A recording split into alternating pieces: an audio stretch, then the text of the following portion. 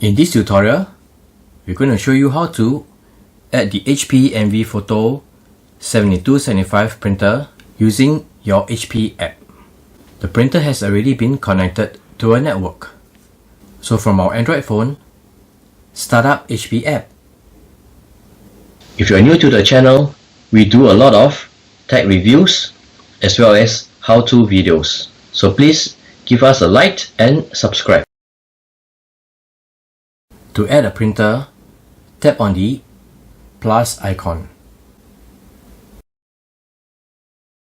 There are two options to add a printer. One is to set up a new printer.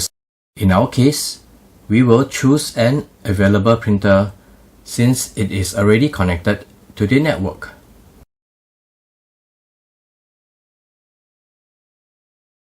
It has found our printer, the Envy Photo 7200 series. Select that.